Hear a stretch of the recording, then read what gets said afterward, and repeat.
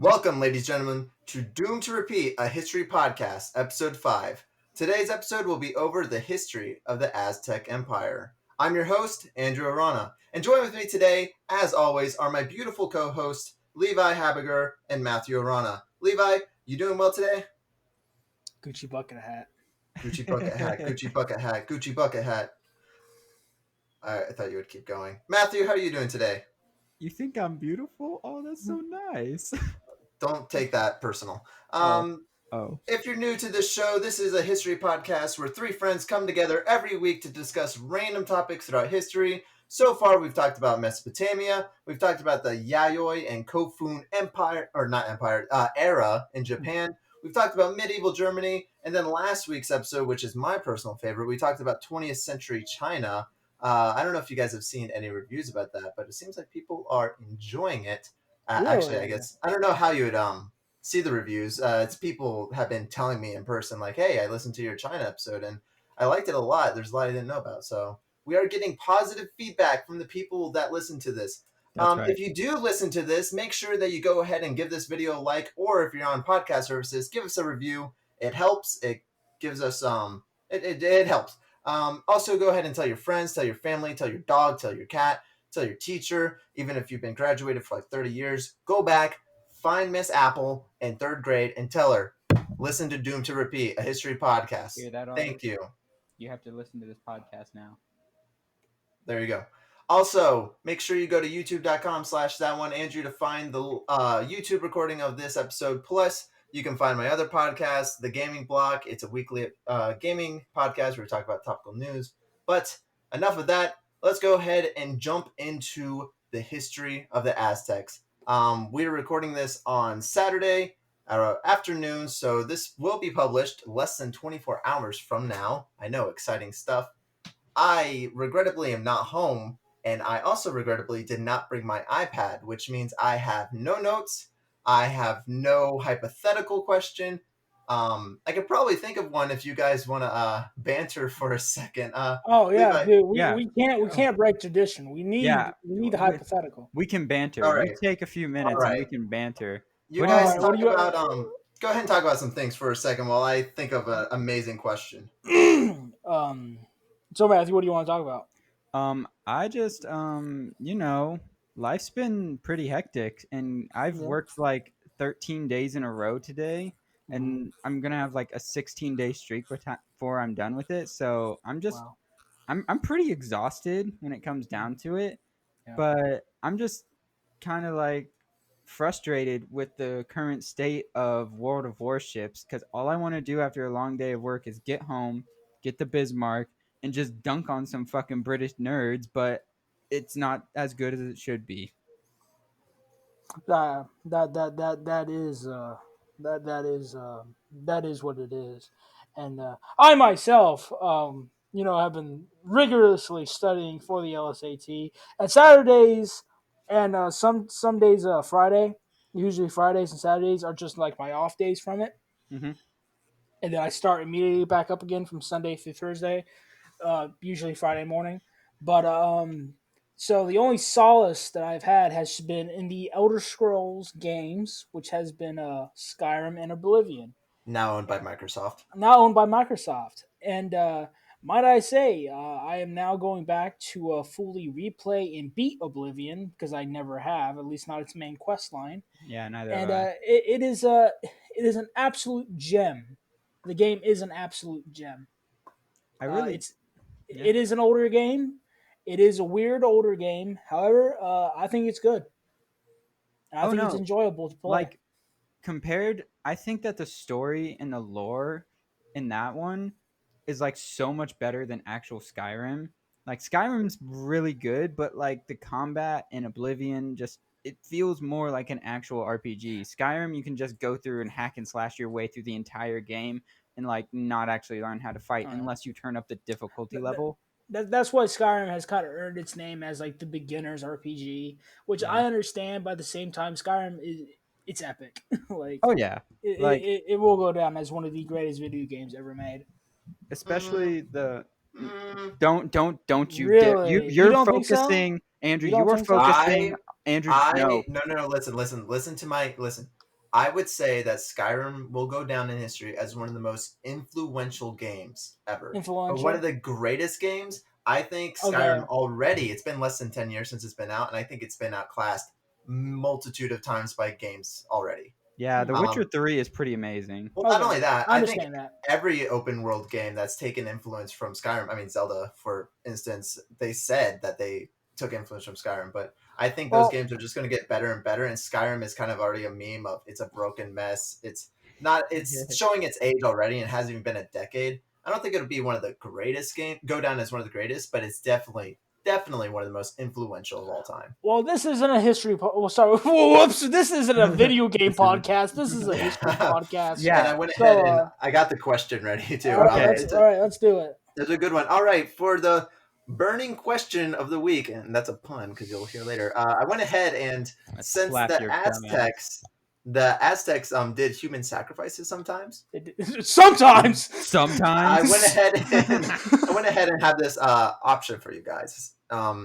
Would you rather be sacrificed at the burning stake to a god, or stoned to death for stealing stale bread? Stoned to death. I mean, that's not even what I mean. Like, I'd rather. I don't like stuff that I don't have control over when it comes to my death. I usually like if I was to think about it and like, oh, you're gonna die anyways. Like, there's two options for me: like, fight to the death, or like, kill myself honorably, like they used to. So I don't know. Getting stoned to death sounds like it's gonna take a bit, and if are we doing like the Aztec way of them killing me and like burning me at the stake, or is this like some Vlad the Impaler shit? Aztec. Okay, I'd do the Aztec because I'd already be dead. Like they'd rip my heart out already, and I'd just be a actually, change your answer now. What the Aztecs would do is that they would put you on the burning thing, wait until you're nice and crispy, pull you out while you're still alive, and then take your heart out. Okay, never mind. Fuck. I guess I get stoned to death and hope that I've made enough friends to where they're like, I am sorry, friend, and like get that big rock and just cave in my skull. I regrettably, I don't remember where I was. I don't remember when it was. I don't remember what I was looking up, but I was on the internet and I came across this video. I think it was Twitter, honestly. Ooh. And I came across this video of someone being stoned to death. And my little ape brain was like, I have to watch all of this. And I watched it for 2 minutes. This dude was getting mauled by stones. Like, absolutely avalanched. There was like 100 people, and they were just chucking them, man. And know what's the worst thing is? After 2 minutes, he was still moving. Like, it had been 2 minutes of being stoned. I feel like when you're getting burned alive, it's one of the worst pains ever. But I don't think you're alive after 2 minutes. Being stoned, that dude was still like crouching, trying to do the fetal position. Like, he was getting blasted by these stones. And it looked like little pebbles, but it didn't feel like pebbles. You see, the thing is, I was taking the stoning in like the traditional way of stoning to where, yeah, they do that. But most of the time it's like, it is like a minute or two of them throwing little rocks at you, but then somebody comes through with like a little fucking boulder and just drops it on your head and kills you. Nah, that's too easy. That's not this hypothetical. We're not taking an easy way out. You're looking at modern stonings. I'm talking like historical stonings, motherfucker. All right, fine. Then I'll change the question. Would you rather be burned at the stake, Aztec style to a god, or stoned to death, modern style, for stealing stale bread? Well, I'd never be stoned modern style because I'd never find myself in that situation in one of those shitty countries. All right. Well, we're going to go ahead and move on from that. Looks like I'm going to have to censor something else. Thanks, Matthew, for being the first censor of the podcast. What? I can't say other countries are shitty. That's just how it be, though. I mean, I don't... Whatever. We'll just move on. What, you think they're going to be listening? Go ahead and leave your... I mean, they might. It's not like they don't have internet. Go ahead and leave your answer to the question down in the comments below, or if you're on iTunes or Google Podcasts or anything like that, hop onto YouTube, youtube.com/thatoneandrew. I'm going to keep promoting it. And put your answer down there. But, boys, we're done with that. We're going to go ahead and move on to our topic of the show. Levi, hit us with the theme. Blood and sacrifice. Yeah. Wow. When I tell Roger to do the theme, he usually goes like do do do do do do do do. That was a lot darker. Yeah, this is not a gaming podcast, Andrew, as you might keep confusing it with. This is history, and Hey, Levi has described it accurately. hey, that it gets cutthroat on that podcast. We had to talk about Oh, AOC playing Among Us. oh, Oh, that gets I cut wanted throat? to get stoned. These people literally get I their wanted to throats get cut. stoned. You stupid motherfucker. Like, we're talking about people who have literally gotten their throats cut. You're like, oh no, politician plays Among Us. Yeah, well, this other person's getting their throat slit because they got corn in the wrong place. Well, speaking of that, Matthew, why don't you start us off with the Aztec Empire? When did they start? What year? Well, the Aztec Empire itself originated very shortly before Christopher Columbus came over. I think in like 1400s 1417, or would you say that 1426 with Izcoatl? around there. Yeah, Yeah, it's between it's before Quatel. yeah, between 1417 and 1440, I'd say, is when it actually originated. But the like historical and like mythical origins of the Aztecs as a people is what I think where I want to start with it, and what Mesoamerica was kind of what point it was at politically instability and like development wise at the Mhm. time when they were And I starting can to try. also Go ahead. and I can maybe give the mythological origins of the Aztec or what was their original the Mezqua Yeah, or the Mezqua people. I think that's a good place to start. So I'll let you take that part right there, Okay. and then after you get after the mythical, I'm gonna go from like the actual like historical, what we kind of understand it now in Uh, archaeology. so, from what we know of the Mezqua or the Aztec peoples, is not a whole lot, to be honest, because there's been two times where their history has practically been destroyed. Once was from one of their own emperors or kings. The reason why he did this was that he thought that if people were to have learned the history, then there would be rebellion. Uh, so he did that, and then another time was when the Spanish began their war with them, and I can't remember. I think it was the Tezcatl. I can't remember which city, but that's where like a lot of the The codex, Texaco? not Texaco, but I mean, I think that's where they get the name from. It's Texcoco. Tex. I think it was maybe Texcoco or it's Tezcatl. I can't remember, but the Spanish practically destroyed everything that was in those libraries. There was one moment where one of the emperors slash kings, sometime after the emperor who destroyed all the history, went back and tried to find and return all the ancient codexes. So, but who are the guy? I am butchering their name. Their name. I don't know if that's how you pronounce it, but the Meshka or the Mexica people, or as we know, the Aztecs, and we're just going to call them the Aztecs for now A lot because that is easier. a lot easier. Um, they were believed to have originated in northern Mexico and believed to have migrated down south. Their ancient history is rooted deep in myth. As they were moving down, they were very um, they were agricultural. They had farms. However, according to their god, their sun god, who Matthew, can you pronounce his name? Okay, don't hold me to it. Huitzil Opocochitl? That's not right.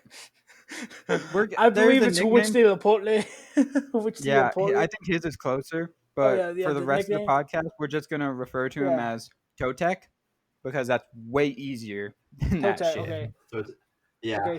So their god Totec. Basically, the high priest would basically every time they'd speak to Totec, Totec would basically tell them, "Well, you have to keep moving, you have to keep migrating, this, and that." So, at one point, they settled down to their to this one settlement, and they stayed there for quite a long time. In fact, I believe they built something around the river that allowed them to have just like this big source of fish, food, and other things A to grow crops reservoir. and such. A reservoir, and the people there basically said, "Well, hey, let's stay here. We can stay here. We have everything we ever need." Because this was the first time the Aztecs really had just a bounty, an absolute bounty, and an everlasting resource of food and water. Mm-hmm. Mm-hmm. But the priests and priestesses were kind of, I don't know. We're gonna. I wonder what Toltec is gonna say. This, and that. So sometime later, a huge, like it's deep to the myth, a huge lightning strike comes down, strikes the water, and kills all of those who had wanted to stay there.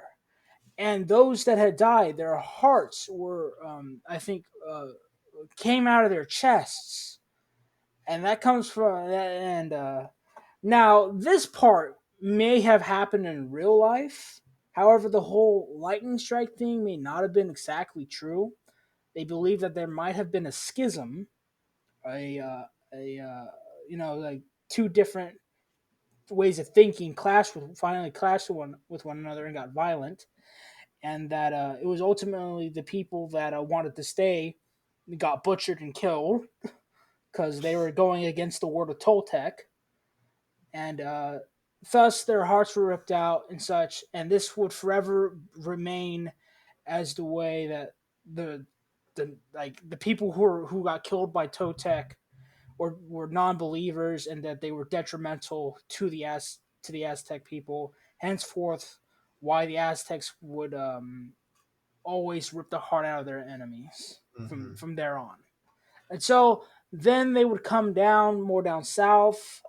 They would eventually, and this is where I leave it to Matthew because this is where things get blurry for me. Eventually, they find another great people. They move down south and they find. Here's one thing: is that a lot of people will say, "Well, the Aztecs were the only main advanced Civilization. civilization. Yeah, they're the only advanced civilization." Oh no, that is completely wrong. There are many civilizations in southern Mexico, Mm-hmm. Mm-hmm. many, and they had feudal societies within them. I have a question. So you were talking about the Aztecs and they found that land and they're like, "Oh, we'll just settle here." Mhm. Wasn't it that they found like was it like a cactus with a bird on it or No, No, no, no, something? no. no. That That's comes later. later. That That's comes. a lot Yeah, that later. comes Oh, later. okay, that's later. Okay, okay. Yeah. Yeah. I just want to touch up on a few of the things that you said, Levi, and very well explained and overview. The Aztec people, the way historians look at it now with the schism, is that it was something that I'm not going to bring it up, but I've read about to where it's the fight between being a nomad and agriculturalism, being a farmer and the ways of Basically, traveling. And that's what it is. And that's just an ancient and, story and about the final fight between that yep. in that certain time. Yeah, and that kind of like shifts, and this kind of shifts, and the way that they now see Toltec, or Yes. Toltec. They Toltec. Not only does he remain as the sun god, but he also now becomes the god of war, and that the people must now always kind of like stay in conflict. They Yeah. believe that Toltec became mad because the people were growing basically lazy. Yeah. I And feel he that. becomes like a bloodthirsty god that demands human Mm-hmm. sacrifice. Yep. So, leading off from where you stopped, the Aztecs go down south. And Mesoamerica at this time is very developed, as we have established, with the feudalist society, and they have monumental structures because, from what I understand, this is basically like the successor kingdoms of the Mayan Empire. This is what happened to the Mayan Empire. This is what's left over of it. Is Mm-hmm. these little kind of advanced city states, kind of what happened after Alexander the Great died, and how you had all these different Hellenistic peoples in like Egypt and Syria Greece, and different parts of the Mediterranean, all kind of using the same basic like city form and like sort of normal traditions that the Greeks did, but altering them a bit, is what we have in Mesoamerica. So we have advanced societies, just not unified advanced society. And my tie also add that this is a advanced society, but they do not have the will. That is true. That is also a very crazy thing about them. They The don't have the what's the wheel. will? The Yeah, wheel. what Oh, is the the wheel. will? The The wheel. I thought will. you said the will. I was like, what are you going on about? Like the will. Yeah. Sorry, What? the will. The will. The These will. people build Gotcha. like they've built giant monumental structures, pyramids, aqueducts, canals, even So what you're islands in the saying middle of is lakes. these motherfuckers were strong. Yeah, they got shit done without a fucking wheel. That's crazy. Even the That's pyramids were built pretty. using wheels. So That's wild. to continue with Yo, that, as what? no, nothing. I just find that kind of baffling. Like these dudes, for thousands of years, were chilling over here in America, and the wheel had already been established in Mesopotamia like thousands of years ago. But these guys over there just never thought, oh, what if we make the rock circular? Or they never saw a pebble, or they never saw a pebble roll down a hill and be like, they, huh, that they looks just they handy. just ne- they just never thought of it. They just never thought of it. They That's just that's didn't need fucking it. whack to me. Well, also the terrain is a lot different. It's not about needing it. It's a No, it is yeah, about but needing it. still. I mean, the I see terrain's different. I see what no I see what Andrew's going for is like he like it's not about needing it, it's just about how could they not have invented this Yeah, when like they you invented kick all the other things. like you kick a rock down a hill and you see it roll and be like, huh. No one ever was like, let me think about this for a second. You tell me those thousands of people. Not one of those fuckers was like, it's fucking wild. Well, It is the crazy. It is crazy, but they yeah, still got it done without it. Yeah, yeah, true. the And props to them for doing that. it's literally just due to environment is the reason that they probably didn't develop the wheel because they had much more. There wasn't a lot of flat land. It was very hilly, mountainous, and dense jungle. You can't really, even if you do make roads through the jungle, you have to constantly maintain them because the jungle will And my overtake them tie, in like a week. sorry, go ahead. So like it wasn't practical for them to actually have wheels. It was more And, practical for them to find other ways, like using sledges, most likely to transport and items, my and tie also donkeys. adds that the horse was also extinct. At least I know that in South America because they had all Yes, been hunted to extinction. What? Yeah, North America too, North America because too. the introduction of the horse to North America and the Americas in general was by the Spanish and Cortez when they came over and eventually we'll get to conquer the Aztec Empire. So, That's anyway, to crazy. digress and to get back to where we are on the timeline, the Aztecs have transformed from an agrarian, culturally rich people to warriors. They are a warlike people, and they want people in charge that are great warriors. So their chiefs are now dictated by a warrior. And they move south and they find a little coalition of little cities, and they settle there. And they constantly are fighting with all of them and eventually get overrun by all of these people because they've just been fighting the entire time with them. They move south again, and this time they take a different approach. This time they're on the edge of the basin of what is the name of it? I can't remember the name of the body of water, but it's the lake where Mexico City is now and where Tenochtitlan will be founded later. So they're on the edge of Isn't Yeah. that. that like isn't that like Texcoco? Texcoco? N- I don't no, think so. no. Yeah. Well, because Well, their city is called Azcapotzalco, right? You're talking about Where completely modern day. different things.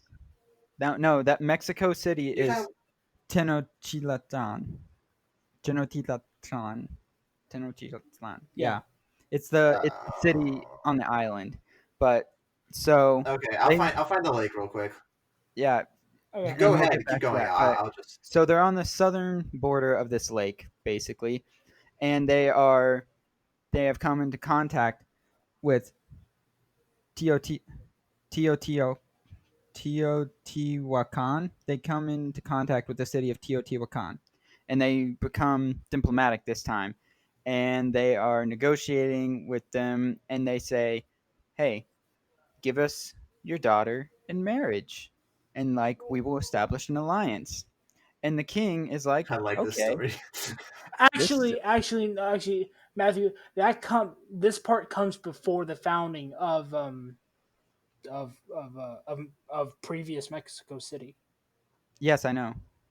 Oh, okay. Yeah, Yeah, I I'm know. just I making just sure. brought up that to clarify with him what he was talking Okay, about because he was, yeah, he was.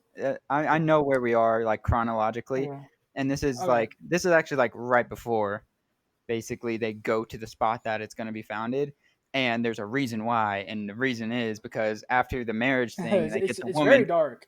they get Very. the princess back to their village, and there's four priests there, and they rip off all of her clothes. And then a fifth priest comes out with an obsidian knife, stabs her in the chest, rips her heart out, and then they flay her skin. And that priest that ripped her heart out wears her skin back to her father. And he is enraged by this. To say the least, the man is angry. To say And the least, and it becomes an all-out hunting season for Aztecs. and and the Teotihuacans are winning. They win decisively. They destroy the Aztecs to almost obliterate them from history. So the Aztecs have to flee, which I just want to stop for a second and discuss this for a second. Who the fuck? Who the fuck offers marriage for somebody and then ends up fucking murdering her and wearing her skin back to their father? Like, what are It, you trying to accomplish? A weaker power. What weaker power does that to a stronger power that they're trying to which ally themselves with?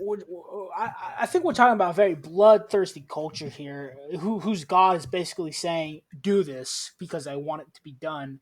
And also, we must also consider when the Aztecs first came to this land. The prince or king or whatever basically said, "Yes, you can live there," but sent them to a place that was just barren. It was practically lifeless, very hard to live with huge, and I do mean huge numbers of venomous snakes. In Yes, but fact, the venomous snake becomes very prevalent in their culture and in their history. But they make do, and they make life bearable, and they irrigate the land, and they make it livable. yeah, but also I want to say like, yeah, it was the ancient world and communication what probably wasn't the best, but to be fair, they probably heard about these people and they were like, what the fuck? And I'm like, okay, I don't want to have a war with them. I'll just give them the shittiest piece of land because they're pretty shitty fucking people because they just move wherever they go and start attacking people, basically. So if I was the ruler of that time, like, yeah, I'm gonna put them in the shittiest, farthest area that has the most poisonous things that might hopefully fucking kill these fucking psychopaths. Oh yeah. Yeah, like so. So Anyways, after the stupid bridal face wearing and battles that ensued, the Aztecs are forced to flee to the island inside the lake, which I do not know the lake's name still. Andrew has failed in his task and is a horrible, horrible person. So, All I came up with was Texcoco. Texcoco for the lake. Texaco. Yeah. Did you search for like ancient name of the lake? Hmm. Yeah, that's what I thought. But Well, are but you talking about which lake are you talking about? Are you talking about the one after they fled to where they settled? yes. I told you that's Texcoco. That's where they settled. I'm pretty sure Texacoco is the name that has been there since ever. Okay. Yeah, that's the Okay. one. Texcoco. Yeah. Okay. I'm So like 38% sure. did you say 30? That's a very bad number. But anyways, All right, like We're gonna So, go with it. We'll go with it. okay, It's so Tessacoco Lake. They go to okay, Tessacoco so Lake. can I get into the myth part with this as well? Yes, go ahead. Okay. Okay. So, like Matthew said, they are nearly obliterated. They are losing badly, and they have to flee. So Toltec basically tells them, "Okay, listen up, guys. We got it. um, where you will find your true homeland and a permanent place to stay will be of you will know your land to build your civilization where an eagle is perched upon a cactus and it is eating a snake or attacking a snake. Mm-hmm. And they find it where they settle ancient Mexico City. What is its name, Matthew? Tenochtitlan. Tenochtitlan, and we still see this myth today on the Mexican flag. That Yep. is what its Oh. symbol is. So, Oh. so they find the eagle that's on a cactus attacking a snake or eating a snake, and that's where they say, okay, well, this is where we're going to build Tenochtitlan. So they do, Yeah. and As you do. this is what as you do. So they do, and it becomes kind of big. They succeed, and they build a pretty big. They build a pretty good city, and now they're at the point where, hey, let's start trading and let's start making some money. And I'll let you go more into that, Matthew. All right. Set the stage. This little savage tribe has fled to this island. They are not the only people in this area, though. If anything, they are the weakest people in this area, and Mm-hmm. the people currently inhabiting this area, the people of Azteco? No, that's not right. Oh, Azcapotzalco. Az Azcapotzalco. yeah, Azcapotzalco already basically claimed this land that they've settled on, and the Aztecs have not made contact with them. The Aztecs are basically focusing on building up their economy, building up their little city that they have founded there, and they are trading constantly with all the cities that are under the Azcapotzalco. Azcapotzalco's control. And eventually, the king of Azcapotzalco gets pretty pissed off because he's like, "What the fuck? Who is this motherfucker over here on my lands that's trading and not getting taxed?" So he raises taxes on the Aztec people to pretty high, and the Aztec people are like, "Yo, we can't do anything. That the taxes are so high." So they finally send an envoy to the king of Azcapotzalco and say, "Hey, can you like lower the taxes? We can't really pay these." And the king, who's like, "Whoa, you people settled on my land without my permission, never talked to me and started trading without my permission. Now you are coming to ask me to not pay the taxes that you already hadn't been paying on the land that you didn't have permission to live on? Motherfucker, Yeah. I'm going to raise the taxes again." And basically makes it to where it is a very hard time for the Aztec people. Even the wealthy are having trouble putting enough on the table to eat. After this, for a while, um, it comes to where the Aztecs realize they need to evolve. They need to become They need to modernized. they they need to modernize. However, they also realize kind of like their situation, Yes. and so what they do is that they decide to become a vassal of Azcapotzalco, Hmm. But begrudgingly, but they yes. end up doing it anyway. No But question. yes, Before go we ahead. get any farther into this, there was one thing that I kind of recognized. When the Aztecs moved to this area, there were a lot of other civilizations around there. Mm-hmm. Yes. Um, Powerful ones too, big ones. We're not talking about like little pitch tents, they're just surviving off the land type things. We're talking about No. like actual places. Yeah. Um, and later we do have some alliances that eventually turn into the empire. Yes. Yes. But would you guys say that this equates to, or that the civilizations here equate to city states somewhere in Mesopotamia? Is that how you kind of relate these? And I, Yes. I would, to be honest with you, that's kind of hard for me to definitely say yes or no to that, because Ooh. in Mesoamerican culture, they weren't. It was kind of an idea of, I guess you could say, building the nation, Mm-hmm. but in a way, their cities weren't valued to be the state. It was mainly about who were the people that were in charge and what was their culture. Yeah. You get what kind of what I mean? Something Mm-hmm. as a nation. I will say Yeah. That okay. That makes sense. That makes I sense. think though that when it does come to city states, and like if you would classify the cities in Mesoamerica as city states, I truly believe, from what I've learned, that the Aztecs truly did create the first city state. And I will get into why in a very short amount of time. Actually, I think that was the next thing I was going to talk about, of why I believe that they were an actual city state. So they are a vassal.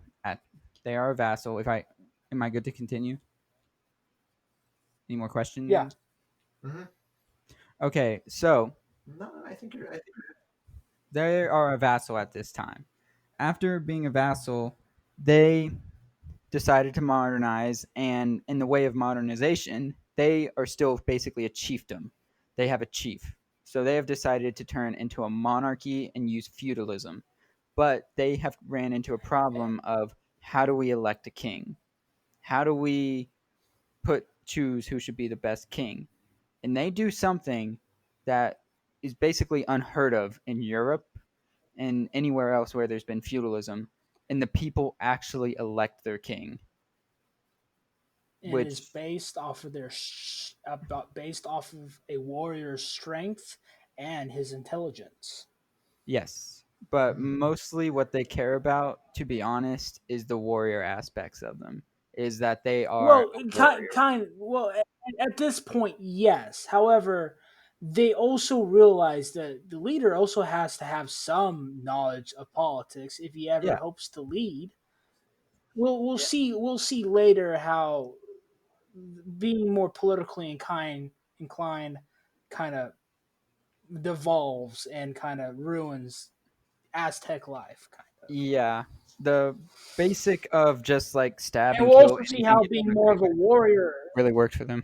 We'll also see how being more of a we'll also see how being more of a warrior also really kind of hinders the Aztec Empire. Oh yeah, there's a lot of similarities between the Aztec model of how to run an empire and the Roman model of how to run an empire for like the first, I'd say, 150, 200 years of the Roman Empire. There's a lot of similarities between like constant war, constant expansion is how you survive. You cannot live without fighting.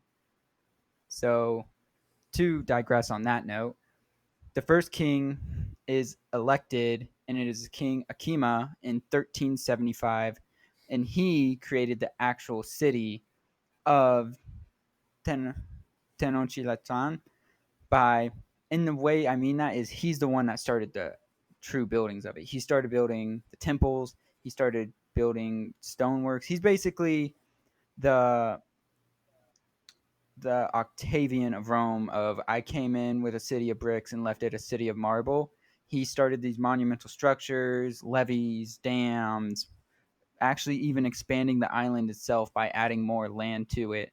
He makes the city that we basically see in all the artwork of Mesoamerica when it comes to the Aztecs.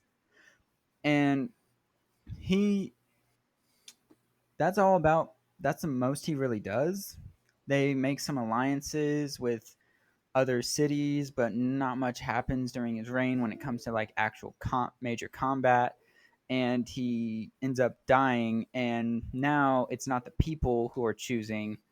There's a change for the way that secession works, and it's not the people that choose the successor anymore. is it, It's it the is council. the family basically. No, it's Yeah, the Council of council, but they Nobles, usually select. Well, yeah, it's the and they council of select nobles, but between yeah, the children. usually when it comes, yeah, that's what I was meaning. But Yeah. what I want to get into real quick is where are the Aztecs at this point, and how are they being used as a vassal? Um, the um, the Azkable, the who are the people? Who are they the vassal for again? I'm sorry. The Az Azcapotzalco. Okay, the Azcapotzalco. Azcapotzalco. The Azcapotzalco realize how valuable the Aztecs kind of are, and that not only do they have the absolute right to tax the ever living hell out of them, but they also realize they make really good warriors, and so for a long time they really like using Aztec warriors as shock troops in battle. So what do the Aztecs provide to the Azcapotzalco? They provide money, and they also provide good men for combat. So that's really what the Azcapotzalco are using from the Aztecs and what they're getting out of them. But we kind of see later that the Azcapotzalco and the Aztecs really become buddy buddy, and become their families become intertwined actually, which we'll Mhm. see towards kind of the beginning of the end for the Azcapotzalco. If we could just take a reflection right here for the Aztec Empire, I think it's very interesting, and I think I speak for a lot of people when I say listening to this is not what I expected the Aztec Empire to be. I think a lot of it has to do with a lot of their history not being available. They're very mysterious. That's because the Spanish destroyed everything. They destroyed all their history, and there's nothing learned about. I mean, they built a city on top of their city, so they're still finding things today. Like, oh, we found another building underneath Mexico City. Um, but I find it interesting that there was this like tax system, and there are these buildings and statues, and Mhm. it was a lot modern than what we think as, or what the general thought is, at least in America, of what the Aztec people are. Oh Because yeah, I definitely. I think a lot of Mesoamerican cultures are kind of discredited as not being as I would advanced. advance, but they had as much of an understanding of the stars as any European astronomer with a Hmm. telescope had. They had a vast understanding of how agriculture worked, pro, just as good, if not as best as the Egyptians, as the Egyptians did. God, I can't pronounce Egypt right now, Yeah. but I find it's just a lot of what they teach us in school, if your school even teaches you about the Aztecs. Most schools don't. They might mention them for a half a day maybe, but they don't really teach about the Aztec Empire. And what they portray them as, they were like the natives in America, and which, who knows what the natives actually did, but they want to make out, or they do make out, the Aztec Empire as being primitive, and they just were savages, and they didn't really do anything, and they didn't have stuff. But it's like, no, they did. They had these structures, they had these systems, they had these families, they had all this stuff that you would find in Europe at this time as well. I I agree. Um, just I just found that very interesting.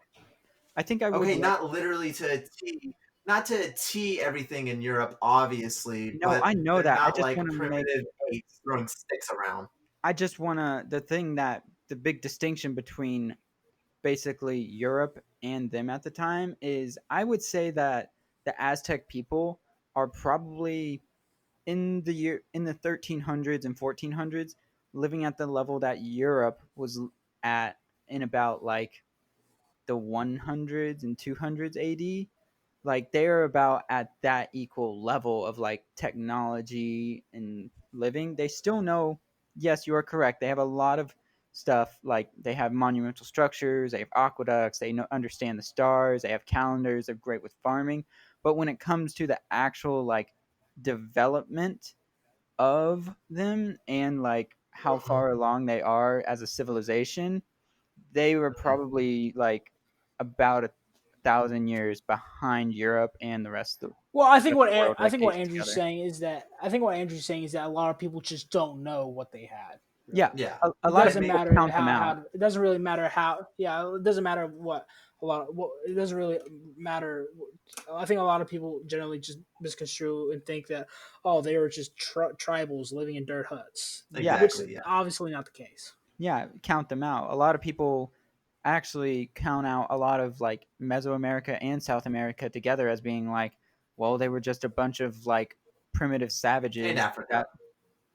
that I mean, Egypt. Who would fucking forget about Fantastic. Egypt? Like, what do you Well, I mean, mean? that's what they talk about. It's They were, Egypt, but the rest of Africa, they don't.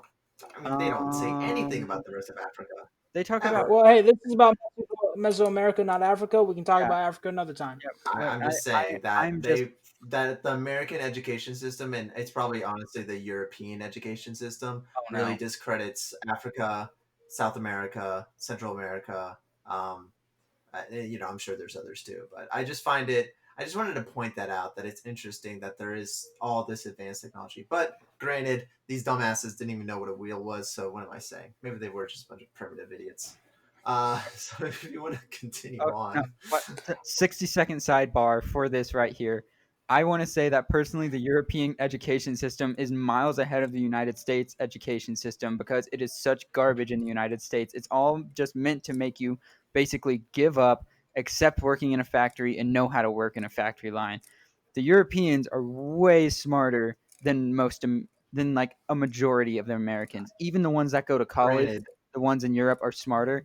People don't talk when I about. said Europe, I was thinking England, which I know is like totally different, but Can we Yeah. get back to talking about sorry, to the Aztecs, please? Yep. Yep. I would really like to. So what happens? What happens? Completely disregarding everything that was said previously. Um, um, so what happens? Why does Alscable and Salco? Why do they lose? Let's get into that. How do they lose? How do the Aztecs go from being the literal savages to becoming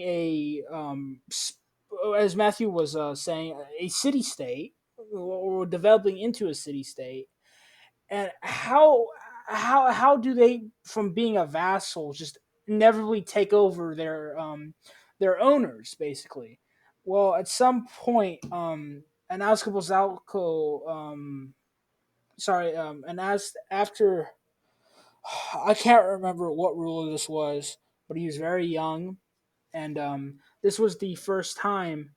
One of the first, I believe, like, the very first time the High Council of the Aztecs really had their hand in telling the emperor what to do, Oh, I have this all because written down, Levi. Do you want me this to just this say the emperor, names real quick? uh, yeah, say, give me the names. Okay, so I'm pretty sure you're looking at the time period between 1426 and 1440. You're talking about Izkowatawa. You're going to be talking about the Triple Is Alliance, I Guatal? think, with Texcoco, No, Teleco, this would be Pam. before, Oh, before? is Guatal. It would be, Oh, are you talking about yeah. Shemel Popoka and how he gets married and uses the daughter's influence? Probably not him. No, he was the grandson of Azcapotzalco king. He was the grandson of the Azcapotzalco king. Um, yeah, that's Izcoatl. Oh, that's Isquatal? Oh, okay, okay. Yeah, So you skipped. Isquatal, Yeah, you can go ahead. yeah, Isquatal is he is a he's not a warrior by any means. He really isn't. He's not like his father. However, he's still young, and most importantly, he's the grandson to the Azcapotzalco king. And the High Council sees this, and they know that they can really use this to their advantage, to advancing not only their interests but the interests of the Aztecs. So they use Isquatel as a way of asking for favors. Now in Mesoamerica, asking for favors is, at least in the political sense, is a way of, you give me something, I'll give you something back, basically, or I'll do something for you. So Isquatel would ask favors from his grandfather a lot, and Isquetal and his grandfather were very close. However, the council of the Azcapotzal were growing very distrusting of the Aztec High Council. In fact, it got to the point to where um, the Aztecs, in a way, this would seem as not of an to some, this wouldn't seem as an insult, but in Mesoamerican culture, this was absolutely seen as an insult by the High Council of the Azcapotzal. Was that Isquetel had asked a favor from his grandfather, asking for them to send men over to build an aqueduct. Now, why is this considered an insult? A vassal does not ask that of their ruler. Mm-hmm. Absolutely not. At least in the High Council's mind. A vassal should never dare to ever ask that of their ruler. No, it is the ruler who tells and asks their vassal to do that for them. So that was kind of the boiling point of the boiling and the breaking point of how everything just kind of lights up in flames. Basically, the High Council demands that this cartel be killed, and that the king goes to war with the Aztecs. The king cannot do this. It is his own grandson, and one of his I think one of his last favorite, or like one of his, like what is last known about the grandfather, was that he was so distraught and that his heart was so like broken that he was being told, practically being told to do this, and that he was damn near forced to do this. However, he died of unpreceded events. It was most likely an assassination by the High Council of the Azcapotzal, Mm-hmm. and then Yep. later, Isquetel would later be assassinated along with most of the family. Dang. So that kind of gives you an insight of just the culture and the way politics were run in especially at this time in this place in Mesoamerican culture. Yeah, I totally get that disrespect, I guess you could say, from the vessel, like Yeah. telling them to be like, "Hey, can you?" Or vassal, my bad. The vassal saying, "Hey, can you send men over to build this thing or help us or whatever?" Because it's like you're below us. You don't tell us what to do. You don't ask us to do things. You do things for us and things like that. So that totally makes sense. Um, Even if you're not familiar with the culture, I think just human nature wise, you could see how. I mean, take a king in England, for example. You would never see a peasant. I mean, I guess they did have requests and stuff, but you typically want to see a peasant just be like, "Hey, king, come over here and do this for me." I mean, they'd plead to the king or something like that, but not straight out just tell them or ask them. So, yeah, Yeah. that's interesting. It'd be along the lines if like Guam were to go to the United States and say, "Hey, yeah, completely build up our country's economy and everything, but we're not really going to give you anything back for it. We're asking you to do it. Even though we already pay you the taxes and whatnot, we're asking you to also do this for us, even though we have our own economy and our own income too, and our own projects and our own infrastructure capabilities. We want you to do it for us." Mm-hmm. So, Yeah, yeah, despite all the other favors that Isquetel asked of his grandfather, this was the one that broke the camel's back, basically. Yeah. And my guy got assassinated, and then the entire royal family basically got assassinated, which Yeah, I takes think us like to seven. I believe like seven members were killed. yeah, I can't remember because there were seven, and then there was an eighth one, which was a bastard child, and this Oh bastard yes, child, and it is always I always love hearing how the like the about because like it's usually always in history that is always the illegitimate or is always the bastard child that eventually just becomes the greatest in history. Oh, that was Chimel Popoka. That's the king that got assassinated. Oh, so it was Chimel okay. Popoka. So it was Because Chamel Polka. Chamel Polka was was the grandson, yes, he was and the it would be grandson. In So it'd be, 1417 is when he took yes. power. So Isquatel would be the great bastard son who Yes. would completely redefine, redefine Aztec culture He is the and Aztec. one He's the that great, yeah, yes. He is the one that basically creates the Aztec Empire. yep. He Izcahuato is a bastard. So when it was time to choose a new heir for the After the succession, assassination, he yep. wasn't even no before the assassination when Chamel was Mhm. being selected for succession, Mhm. he had zero chance. He had negative chance of being selected. He wasn't even an option because he was a bastard child. Mhm. So after the rest of the royal family has been assassinated, the only option left for this power vacuum in the Aztec world to where everybody's scrambling around like what they're going to do, the last option, the half legitimate option, is Izcahuato, who assumes power in 1426. Yeah. This guy had been working along with the other council members to make the Triple Alliance with city states around the lake, and they did it with Texcoco, which is in the northeast bank, and then they did it with a city that's actually a part of Alza. Well, at this time, it would have been all Alzacoco because the Aztecs were used as warriors and helped conquer all the neighbors, including the old um, the old state that they pissed off by peeling off their daughter's face. The Teotihuacans, they took them over too.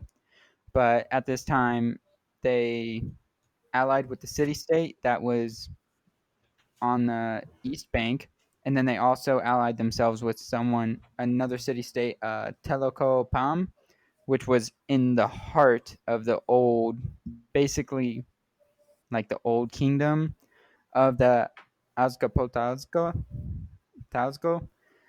and together these three started waging war on the Azcapotzalco, On the and they Azcapotzalco.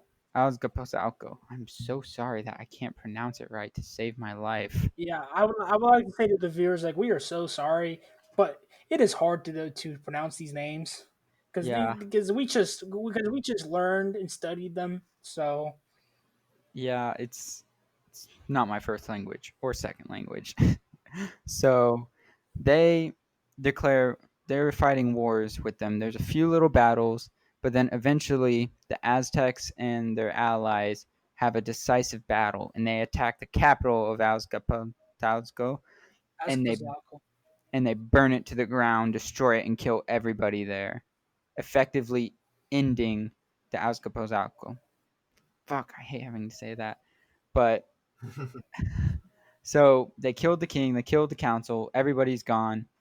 The war is basically over for them because they've won by removing the power structure with actual, in a very strange way, in a minimal damage scenario to where they haven't really destroyed any other countryside, any other cities. Nothing's really been destroyed. It's just the power has been taken carefully right out, and now there's time for them to move in. So they go about divvying up the spoils and the land, and they come together and have a discussion to where the Aztecs and the Telocopam get 40% each, and then the Tetzalcoco only get 20% because they joined halfway through. because they joined, yeah, because they joined late. Would Yeah. that was that the one where they Oh no, never mind. I know what I'm thinking of. I'm thinking of when the Spanish arrived. Never mind. Yeah. Continue on. Which, Because when the so Spanish arrive, it's kind of effed up what they do. But yeah, go ahead. what the Spanish do? Um, The Spanish are yeah, that's historically later though. known. When they Spanish are historically known for literally fucking everything throughout history, ancient and modern included. But yeah. anyways, anyways, they won their independence. And then the next person to be appointed after Itzcoatl dies in 1440, the next person appointed is the one you know, Levi, that name, and I don't want to try to pronounce it because I think you pronounce it better than me. Let me look. Montezuma? Metacosuma. Metacuzuma. And he comes into power at a very young age without very much. He doesn't have very much knowledge or experience, so they don't really see much in him. So, as a power play and as a show of force to his now allies, he stages a fake war with one of them to where they said that they declare war and then have like a little battle, and then the ally would say that the Aztec was victorious, and then he would solidify his claim and his authority in that way, which I think is a very interesting thing because I've not heard in history of a lot of times of where people have had fake battles and fake wars to basically solidify their claim. Most of the time they have an actual war and actual battles that usually backfires on them because they are young and inexperienced and ends up destroying whatever they were trying to do. But after this, this is basically the golden age. This is the whoopsies. This is the Aztec No Greek in Empire. this. I know. I'm sorry. There's There just you so go. much. There's so much similarities between when you're empire building. There's so many similarities between the empires, and I keep thinking of the Greeks because of city states. But anyways, the Aztec Empire is born during the between that time The period, and Triple now it is Alliance. during the Triple Alliance. But now it's going to go Mhm. further because on the overall scale of Central America, only in Mesoamerica, basically Mexico, they own a very, very small amount of land, like minuscule. Like all of this crazy stuff that we've been talking about has been happening literally around the lake.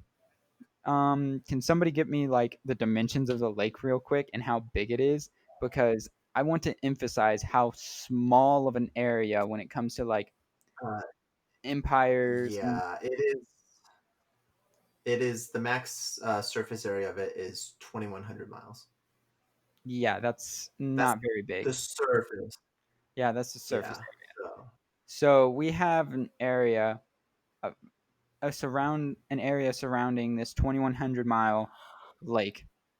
That's just that's just been conquered, and this is where their empire starts. But it doesn't stop there. remember, 2,100 is the like surface area, so it's Yeah, not that's the literally area. 2,100. Yeah. Yeah, I know. So Yeah. no, I'm just making that clear for everyone else. Oh, okay. Okay. So they have conquered just this itty bitty area along with two other allies, but they start expanding and they are on the war path. As we have established early on, they are very warlike, they are bloodthirsty, and their god is bloodthirsty too. So they constantly are attacking neighbors, attacking new people that they find to keep their civilization going. They have basically the same system that the Romans had, where you've got to keep fighting to get more land and spoils, to keep paying, to keep growing. And if you don't keep growing, if you don't keep fighting, then you can't keep growing, you can't keep paying, then everything stops and stagnates and it all falls apart. So they have to keep And fighting. man, Toltec will get very mad if that happens. Mm-hmm. Yes. And there's There are actually there are sacrifices on the daily. yeah, there's actually a movie that I just watched. Crazy that I forgot about it, called Apocalypto, and it's about the Mm-hmm. fall of the Aztec Empire, and it's about like in 100 years, around like 100 years of this time period right now. So we're seeing there was very similar things depicted in that movie that's going to be happening. What the fuck was that? Sorry, that was my phone. Sorry, that was I my was about to say phone. that was his phone. That's okay. But anyways, so we see a lot of this depiction, and they are just constantly fighting capturing other tribes, human sacrifices, ripping out their hearts, and the Aztecs grow to vastly outpower their allies. Their allies are still free and independent, but they are now no longer on provincial policy. They don't get to talk about that. They just get to basically control their areas and talk to the Aztecs about what they need, but the Aztecs have made themselves the one in charge now. They are the one in charge. Coming from a small tribe that fucked around everywhere they went, ran to an island and hid, overtook the biggest power in the area that they helped build, is now the power over all else in this area, which is still only a couple thousand square miles, but still, it is Hmm. the Aztec Empire almost at its zenith. Yeah, And and I mean, I think when you hear about this and hear about all these other civilizations, I'm sure a lot of people are thinking, well, why did I never hear about any of these other ones? Why do I always hear about the Aztec Empire? Like, they weren't even the first ones there. They didn't last too long. It was only here for a couple hundred years. All their history was burned down and things like that. So, historically speaking, when you look at civilizations, when they're remembered, it's usually because A, they're still around, they were very powerful. They were there for a really long time. They're super influential. Culturally, they're influential and things like that. And I think with the Aztec Empire, the only reason, well, okay, I think there's two reasons why they're remembered. First, they were the ones that were in the Spanish's way first, kind of. They were the first major challenger to the Spanish. And then the second one is, I think it's what you were saying, is that they're just super like crazy. They're super crazy. They're super strong. Well, I would, Okay, crazy in their sacrifices. yeah, And then crazy. also, I mean, they also like wore the girl's skin. But other Yeah, than yeah, that, no, no, I ain't denying that they were. Go ahead, continue. I guess And I I'll. guess I shouldn't say crazy. They were very into their gods, and they did what they thought that they had to do. But they were very powerful, and I think and strong. And when I say that, I mean like just strength wise. Like, they took people over. They would fight anybody. They didn't care. They would insult you. They didn't care. And I think it's a culture that none other were like in this time period around this area. And I think that's why they're remembered. If you're at home thinking like, why are the Aztecs the ones that are remembered through all this? I think those are the reasons why. I just want to point that out. So. And I would also say that the Aztecs were very culturally rich, other than their bloodthirsty and heinous sacrifices. Hmm. But Hmm. they also had a very diverse culture, and they had a very good language. And another thing about them is that they had a very great education system as well. Did they? yes, Yeah, they yeah, did. I was about to get to All that. right. All Yeah, right. yeah.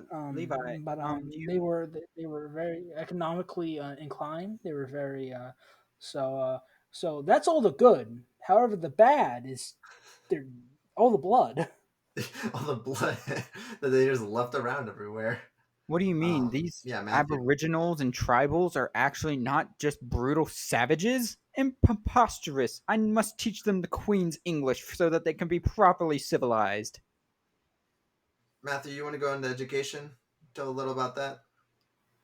It's a part of what I'm going to talk about, but after these subsequential wars, which by about 14 through the 1400s, they constantly expand, basically doubling in size over and over again. They reach the Gulf of Mexico with their territory.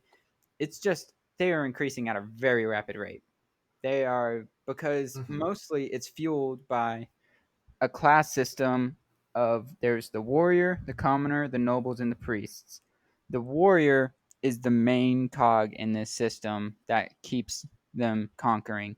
The warrior is meant to intimidate, it's put down rebellions, and conquer land.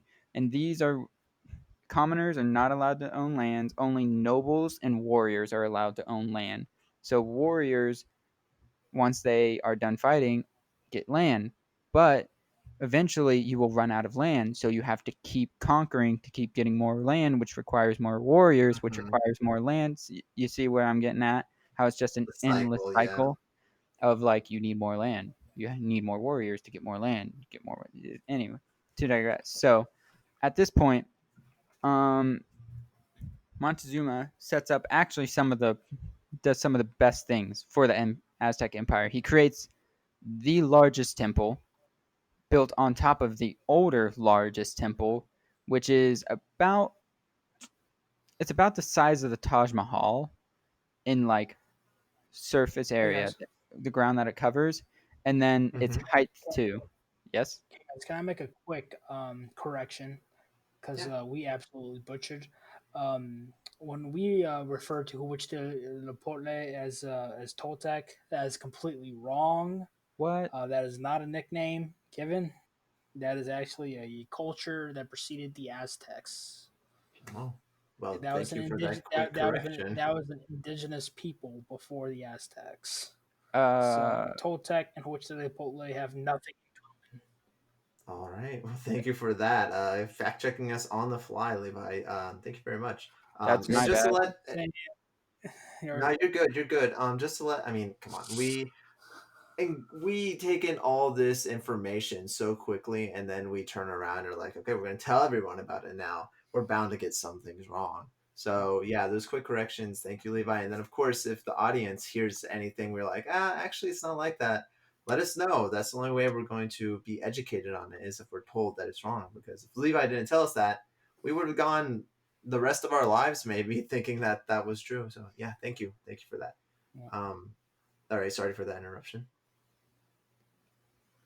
Okay, so he is Montezuma. Montezuma. I always forget the K. Montezuma is instituting revolutionary reform and domestic policy. He's started the building of this massive temple. He creates education for all, not just the noble, not just for the rich, not just for the warriors, but for everybody, commoners. So there is universal education, which is ahead of Europe in that sense and ahead of most of the world right Oh yeah. now. So this is something that's never been heard of. Incredibly good for when you want to build an empire. When you're empire building, you want to have an educated populace that knows how to read and write. It will increase basically everything, the standard of living. It will increase commerce. It will increase artisans and art and culture. It's just spectacular on his part. So during this time, also they are still conquering. They are still conquering still, and I'm. Oh yes, that's the last thing I really want to talk about. He sets up courts and justices. He creates his own code of laws to set up fair trials for everybody around the country to have a standardized, basically, what's a good way to describe it? It's not like a constitution. It's kind of along the lines of like A code of laws. Republic, yeah, the code of laws and what the Republic in Rome used and how they did it that way to where there was like representatives in those areas that basically were the embodiment of the king and held the king's authority and would issue based on that code of laws. And finally, they when they are building this massive temple, they are running out of laborers and they are running out of materials because they are on a tiny island. How are you supposed to get big blocks of stone on a tiny ass island? So they go to their neighbor and they don't like send an envoy first. They don't send like a welcome party or anything like that. They don't ask for tribute. They don't ask for a favor. They demand them like, "Hey, send us people and send us stone to build our temple." And these neighbors are the Talbak or Chalbak. It's the Talbak. And the Talbak are hesitant at first because by this point they've heard about what the Aztecs do. They heard about how the Aztec works, but also at the same time, they're like, I can't just give in to their demands. So they are in sort of a quagmire of what do we do? Because if we give in to their demands, then we basically become a vassal and lose our autonomy and Mhm. sovereignty. But if we don't give in to their demands, they're going to come over and they're going to rip our hearts out and cook us on a fire. The latter of the What a, two. Yeah. Yeah. it's So, quite a conundrum you're in there. Either we get taken over by them, or they cook us and rip our hearts out. So yeah, you either lose your freedom and sovereignty or you die. your life. Yeah. And the latter of the two is what happened, unpreemptive. I don't even think the king gave a response yet, but the Aztecs came over. Their warriors quickly overwhelmed the Chalbek warriors and ripped their hearts out and cooked them on a fire. And then basically they took over all of that kingdom. It's just, it's My crazy. my Because this my was a tie larger also kingdom add too. yeah, my tie also add that this sense of brutality would also be the indication of the downfall of the Aztecs as well. Oh, yes. So, Is because they're brutal. Yeah. The main we'll get into the fall towards the end, but the brutality of the Aztecs and this constant need of war and the constant need to put down rebellions becomes a very vicious and repeating cycle that just Mm-hmm. ends up not being good for an Yeah, empire. definitely. I mean, for your empire to get stronger, you would think you would want to be nice to some people, which they were, Mm, but eh, they were not benevolent at all. They were very they were a warrior. They were a war people, and mhm, yeah. blood needed to be spilt no matter what. yeah, Yeah. definitely. And I understand what you're getting at, Andrew, both of you, with how like this is what leads to their downfall because it's like basically the exact same thing that the Romans were heading on. They were like they had exhausted the frontier, they had exhausted all the very wealthy people for them to take over. So they needed to change and needed to stop expanding, and that's what they ended up doing, which I don't know if the Aztecs would have ever gotten to that point. We'll never know because the Well, Spanish came along. well, actually, I don't think they would have, even if they did, because for so long, if they had become benevolent at a change, just at the flip of a dime, they would have been seen as weak. At that point, they would have been Hmm. seen like, how can you go back when you've been doing this for so long? You're the ones that are weak now. So they had to double down on being brutal and using fear, and it was just a very vicious cycle. Yeah, that's exactly what I'm comparing it to was with the Romans because the Romans were the exact same way of how Mm. they were very vicious and brutal to anybody who wouldn't work with them. Anybody who wouldn't submit to them, work with them, trade with them, give them what they want, they were brutal to them.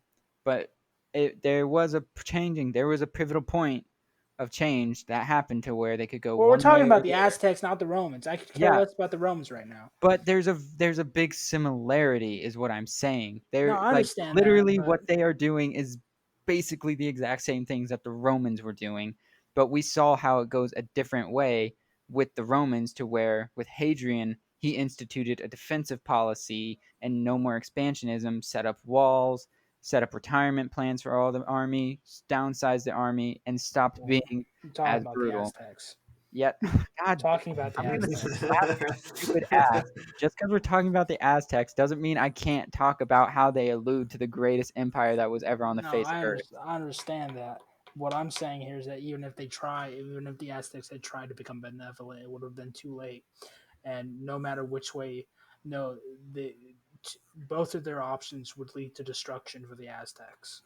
Either Okay, they remained brutal or they became benevolent. No matter what they did, it would have led to destruction. because of the Spanish. No, because of the way they ruled. It Oh, was so long that they just could not change, and if they did change, they would have destroyed themselves. By not changing, they destroyed themselves, and if they did change, they would have destroyed themselves. okay. Okay, I get what you're getting Yeah, at. I mean, I agree with that. Like, yeah, I get what he's Yeah, saying. I agree with that. changing the status quo is very hard and usually does not work well. So No, Is that I what mean, you're look at saying? America today. yeah, But we're not talking about America today. We're talking about yeah. the Aztecs. And I do want No to go politics from ahead you, and politic boy. yeah, I know, no politics over here. At least not modern ones. I do want to go ahead and we've been talking about how we've really nailed down what the Aztec civilization is. It doesn't change. These people are warriors, they're fighters. I mean, wherever they go, they start shit with anyone. They're like, hey, what's up? Uh, Even if we're below you, we're still gonna like tell you kind of what to do. They don't care. They're gonna do what they want to do, especially to appease their god. Yeah. But I They do have want to that go ahead and, as long as you guys are okay with it, I want to jump ahead to when the Spanish arrive. Mhm. Yeah. We're kind of already there, but I think just for And, pacing. and we're skipping over quite a bit, but like a lot Yeah, of there's that, like I 80 will. years. But I will say this: like one thing that also kind of contributes to the downfall, just real quick, Andrew, and we will get into the Spanish. Just real quick, what does contribute to another downfall? Excuse me, of the Aztecs was that the High Council would then later favor the warrior over the politician. And Yeah, this okay, makes that is sense, right? important This to. makes sense. Yeah, this makes sense, right? The warrior is very important. However, a lot of the warrior emperors they began selecting were stupid. We're stupid, exactly. Okay, that is They good. I'm glad you brought that up because that is a yeah. very important thing because that kind of leads to why the Spanish won so easily. Also, is that yeah they started replacing their politicians with warriors, and then these warriors. I mean, the education was great for the Aztec Empire, but It was very easy for a very kind of dumb barbarian emperor who was nothing but a warrior to hear the words of a high council member on a policy and be like, okay, yeah, that sounds good, do that. exactly, yeah, because they didn't I'm gonna really leave it to you understand. guys. I'm gonna leave. Listen, all I care about is killing people. You guys, I'll leave you guys to the whole making laws and stuff like that. That's a very dumbed down version of how it became. Yeah, but I think it Yeah. gets to it enough. All right. Well, with that in mind, I do want to go ahead and can one of you hit me with? Well, actually, I might have to here. No, I don't know. When did the Spanish arrive exactly? 1514. 1514, baby. 1514. So it's been a couple hundred years since the Aztecs wandered down to Central America, and or the Aztec people, and they've made their city, and they've shown their power to all the other civilizations around there. They're kind of top dog right now, especially with their alliance and stuff. But then in 1514, as Matthew said, 1519, there's this sorry. little 1519. In My bad. 1519, there's this little boat that is like shh. And at this point, as everyone knows, in 1492, Columbus had already founded, quote unquote, founded, but had already gone to America. And the Spanish were like, hey, what else is over there? So they send their little boats down. And the Spanish arrive to Central America. And the Spanish only have ill intent for the natives of Central America. They kind of put on this face, put on this mask at the beginning, like, "Hey, we're gonna be friends and we're gonna be fun and all that," and it quickly turns into mass murder, both physically through battle, and then as just what happened with the natives up in North America, disease also plays a very big Oh part yes. in the Disease plays a fall huge role. in the Disease fall of will the Aztec Empire. disease plays a huge role. I wouldn't necessarily say a huge role in the fall, but it does play a huge role in the psyche of the Aztecs because this disease, which is smallpox, Mm-hmm. um, is very just detrimental to them because this would be just at the height of them coming into contact with Spanish and fighting them. They have to face their first and worst plague that they have ever had. Mm-hmm. So the Aztecs had never had a plague before this. Yeah, and it's like Um, you don't know what to do when you've never had to deal with it. I mean, you can look at every plague throughout Corona. history, and Corona. even civilizations that know. Okay, yeah, sure, Corona, but I'm just saying, the Corona's not even a plague. But you look throughout plagues in history, and even the civilizations that had dealt with it before, they still always struggled. And now you're talking about this fairly new. A people who's never had a plague before. This people that's never had it. It's still a fairly new civilization. At least the like established civilization is fairly new, and you got your leaders now not being as experienced as before. It's kind of a recipe for disaster, along with the Spanish, of course, knocking on their door. So, do one of you, Levi, do you want to kind of give the rundown of? Yeah, okay, so I can kind of give a bit of the rundown. So what happens? Why do the Spanish come to Mexico, Mesoamerica, and why are they interested in the Aztecs?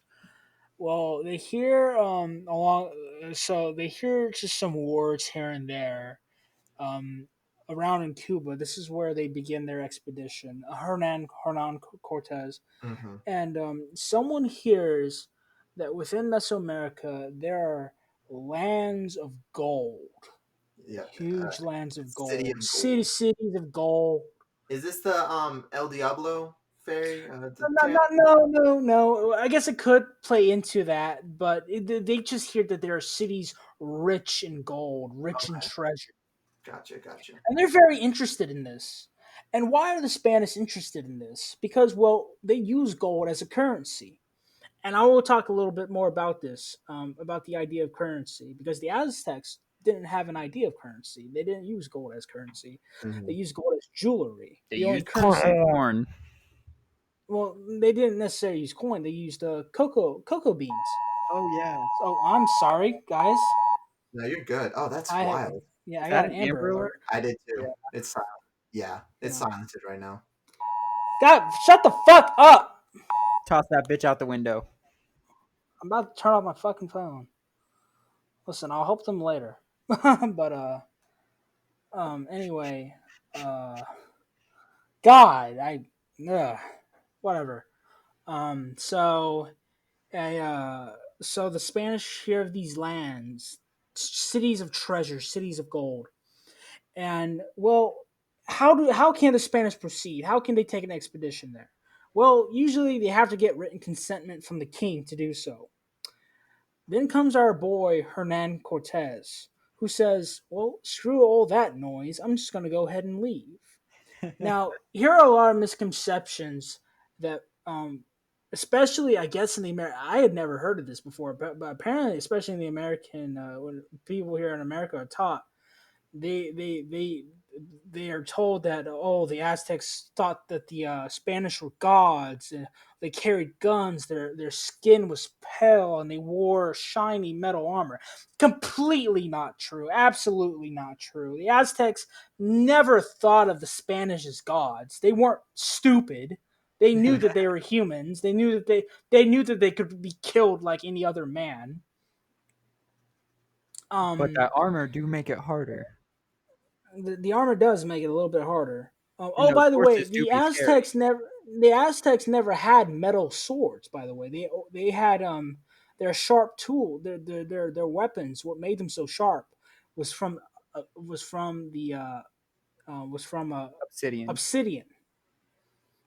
Obsidian is a very when it is made to be a knife or a spear or an axe, it can be very sharp. And in fact, today there are some modern surgeons who sometimes prefer obsidian precision tools compared to steel.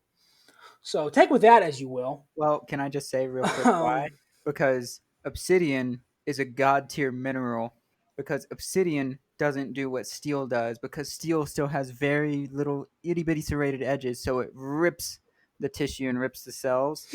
Whereas obsidian literally is so fine and so sharp, it splits the cells. Tidbit. very Thanks. interesting. Did not know that. Very interesting. But so what happens when the Spanish arrive? Basically, I believe he takes 11 boats with him, and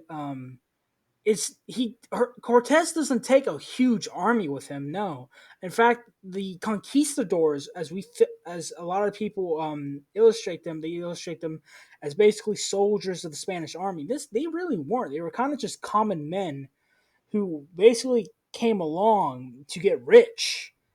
They really a lot of them hadn't really seen combat before this, so and a lot of them kind of didn't have like formal training as well.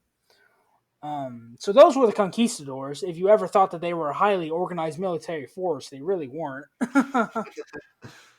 um, but they take 11 boats with them, and the only reason why they know of this land is because a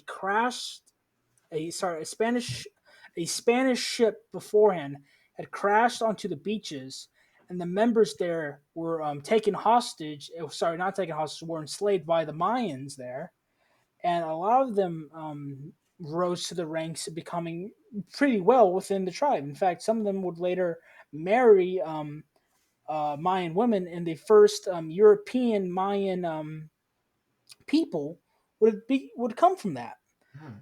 Hmm. So that happened. And so they came there looking for the remnants of the people from that crash, and just basically see what had happened. Mhm. They arrive.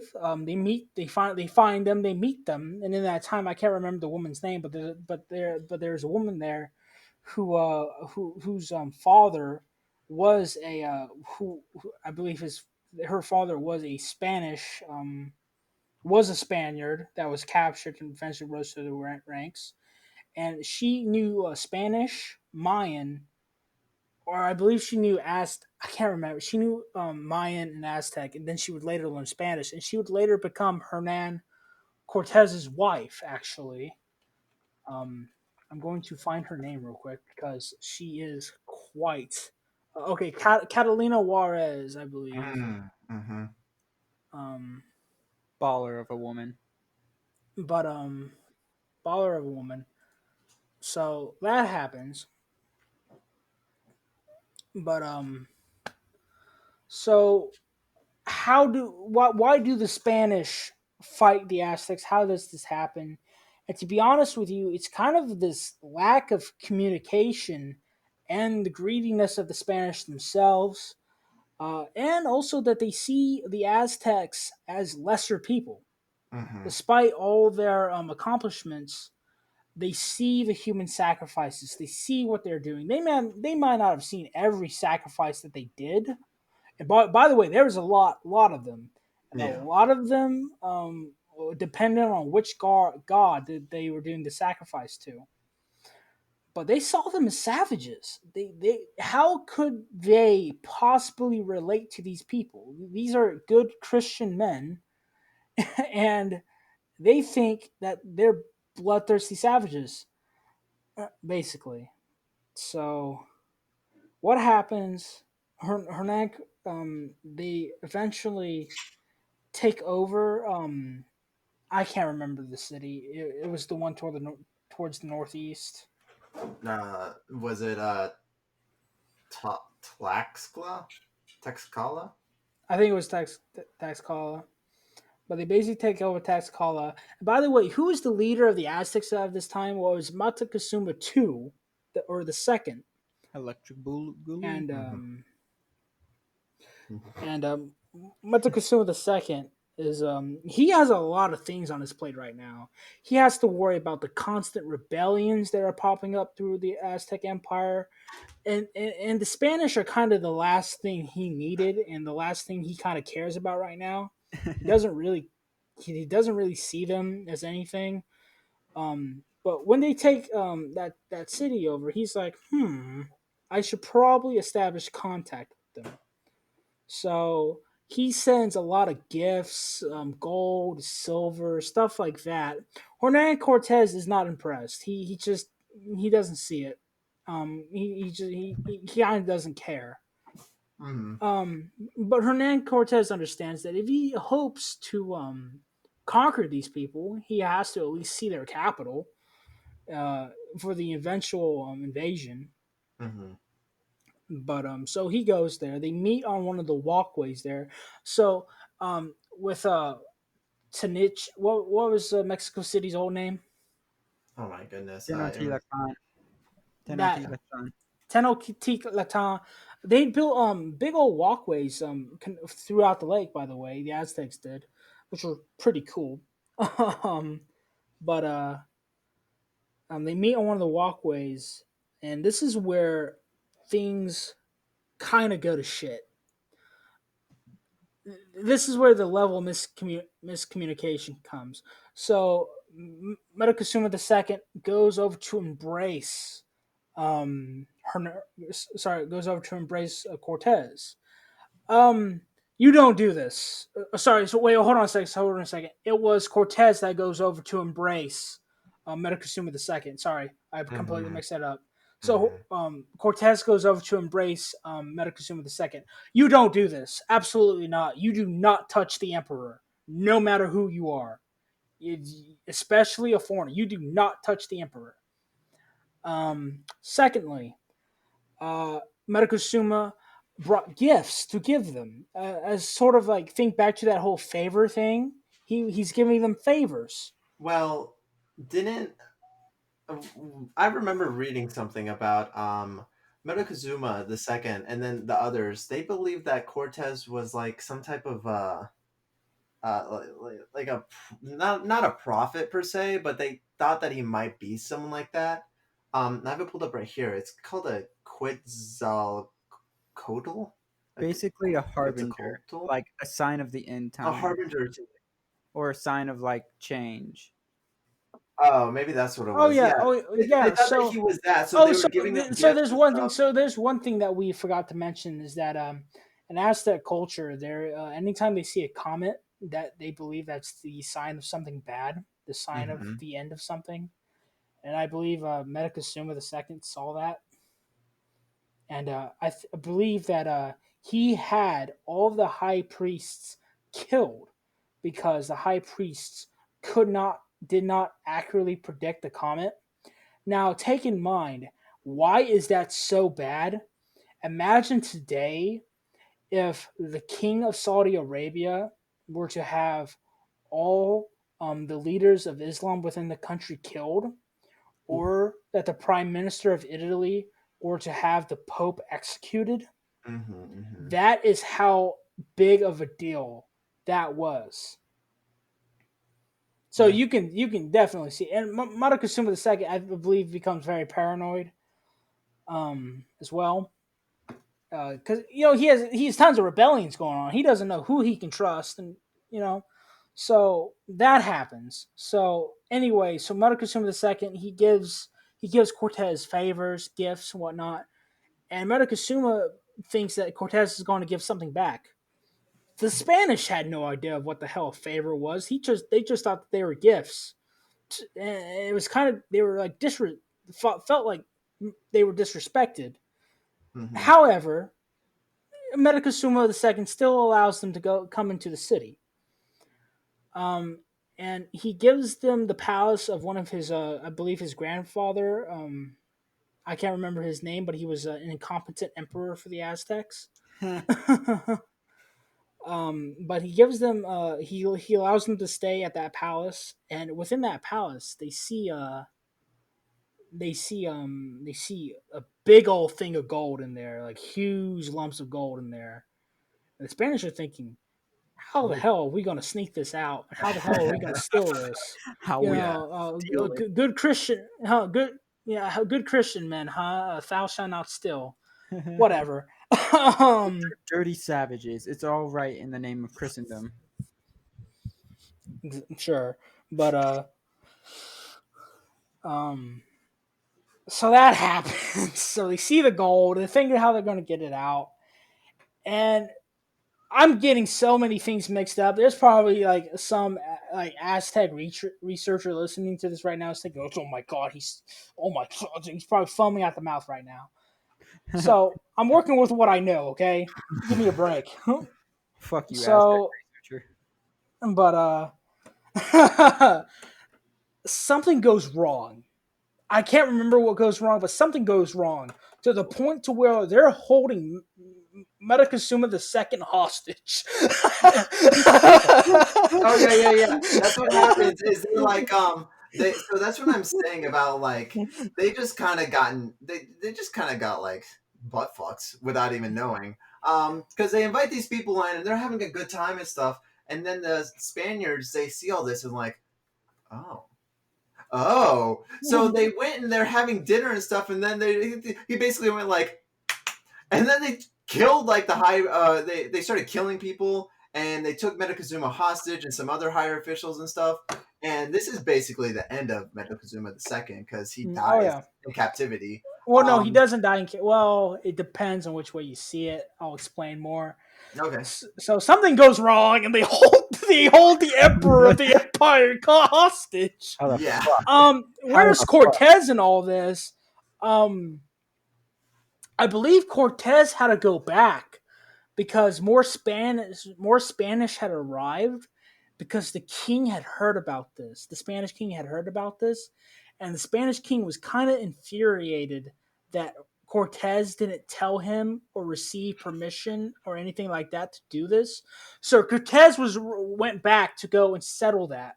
So, and he took like his best men with him to go back and settle that and like kind of calm things down with the Spanish king. The people he left behind, which were the guys that eventually took the fucking emperor hostage, those were like kind of just like the low level soldiers and such, like the backwater guys.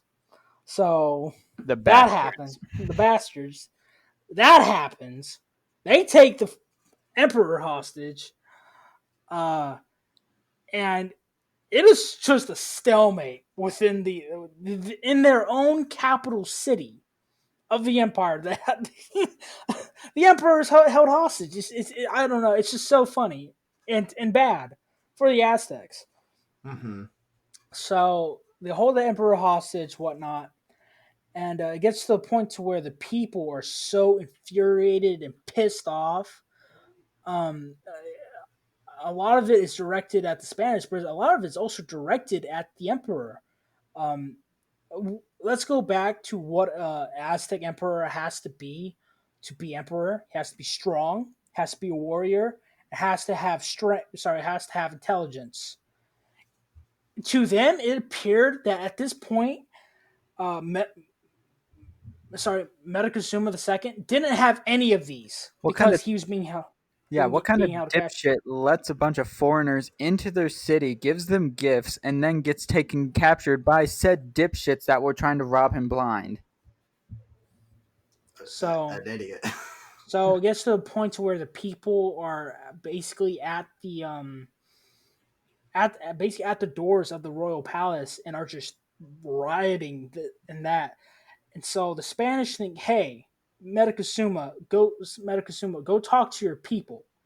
So Metacosuma II goes out to talk to his people, and this is where things get blurred. We don't exactly the common way he died was because as soon as he walked out and tried to speak to his own people, the people threw spears and rocks, and that's what killed him. Or they believe that he was injured from that, and the Spanish saw it, and they decided to kill him as soon as they to make it look like it was his own people that did it as well. Not saying that his own people wouldn't have killed him, but if the Spanish did kill him, it was because he got injured from his own people, and they decided, well, might as well finish him off and make it look like they're the ones that actually did it. So there's two things here: either the people killed him, or they injured him, and the Spanish finished him off. But if anything, the people had a very big part in it. Yes, either way, the people had a very big part in it. So the Spanish were like, well, it's time to get the fuck out of here. And so they try to take as much gold as they can and run the fuck out. A lot of them, when they were on the walkways trying to get out, a lot of them actually drowned because of all the gold they were carrying and such when they were fighting on the walkways and such. Eventually they get out and eventually they get back with Cortez. I really don't know how much gold they managed to actually get, but I know it was probably like not as much as what they originally took with them because a lot of it basically just went into Lake Texaco. Texaco. So that happens, and if you guys want to like talk more about the Spanish and the Aztecs, please do, because I know I'm butchering a lot and I'm getting I don't probably know. getting a lot of things mixed up here. But I that's think you're basically the doing a really good job because gist of like from everything that you've been saying, it all sounds familiar and correct to me from what I've researched. yeah. So I think you are on the right path. If you do have anything that's wrong, it's minor discrepancies that don't really like. Yeah, I may have misspoke on this, that, or the other, but it's nothing like detrimental to what you were saying. Yeah. But so they get back with Cortez. Cortez hears about this, and Cortez basically settled everything with the king. He gets that taken care of, and now Cortez has a larger force. Oh, and another thing about Cortez is that one thing that a lot of people get wrong here was that a lot of people think it was just the Spanish that did this. No, like a lot of the Mayans helped and other things A lot of because the civilizations around them. yeah, because a lot of the civilizations were fed the fuck up with having to live under the Aztecs. Mm-hmm. As soon as they realized like the Spanish could basically take care of the Aztecs and they didn't have to live under them anymore, they said, "Oh hell yeah, let's do that. Let's do that. We're Yeah. tired of living under the Aztecs." But they also didn't understand that the Spanish were going to be basically equally or just as bad as the Aztecs. But now it's just a foreign power that knows Yes, but nothing at the about their same culture. time, yes, yes, I agree. Yeah, and they also thought, no more human sacrifices. Bet. So Jeez. you tell me we don't have to worship their you tell me that we don't have to worship their savage fucking gods anymore. Thank God. Thank the new Jesus. Thank this new Jesus guy that we're being hearing about from Yo, these this fans. Jesus guy's pretty cool. Like, you don't have to get your heart ripped out. We're And he's raving just like, about But them. so Cortez rides back. He has the mines under him. He has the Spanish with him, and this is where the beginning of the end comes for the Aztecs. Also, They go to war. Go ahead. I want to throw in, remember, this is the first time that all these people have ever seen a horse. Just want to throw that out there. Oh yeah. By the way, Cortez, the Spanish, I think yeah, Cortez introduces enough horses that they can provide that the horses will naturally um, ag- again have a stable population within Mexico. Yeah, they'll reproduce. Yeah. Yeah, they will reproduce. So thank you, Cortez. You brought horses back to America. Good job. Woo! baller. But so Cortez goes back. That's when the Aztec Spanish War begins, and the Aztec would win some battles, and the Spanish would win most of the battles. A lot of battles, A yeah. lot of battles. They're the And that of went course, to- at this time, also during this war, that's when this is when the Aztecs also get introduced to their plague. Yeah. So this is Smallpox when plague. this is when they are introduced to the smallpox. Like we said before, this is the first plague or disease that really ravaged their society. It is apocalypto. This is the end. Like, this would seem like the end of the world to the Aztecs. Mm-hmm, definitely, yeah. Your capital's been taken over. Your leader is gone. Everyone around you is turning Um, against you. You people are starving. You have these diseases where people are just dying everywhere. It definitely is like the end of times for them. So another thing, they did have another leader, by the way. Well, yeah, During yeah. I know, the I know. yeah okay. I So just meant that. I should clarify this real quick. By the way, when they elected their new leader, this was the first time that an emperor was still alive in Aztec history. Like Moctezuma II, they decided to elect his brother. I can't remember his name, but they decided to elect his brother as the new emperor. Mhm. So his brother was elected as the new emperor when Moctezuma II was still alive. So that happened. um, so what happens? What is the where did we get? Where did we get to? So the Spanish finally come back to Tenochtitlan, Old Mexico City. Yeah, that's what it is. And the Spanish lay waste. Mhm. They butcher them. I believe they set fire to the temple.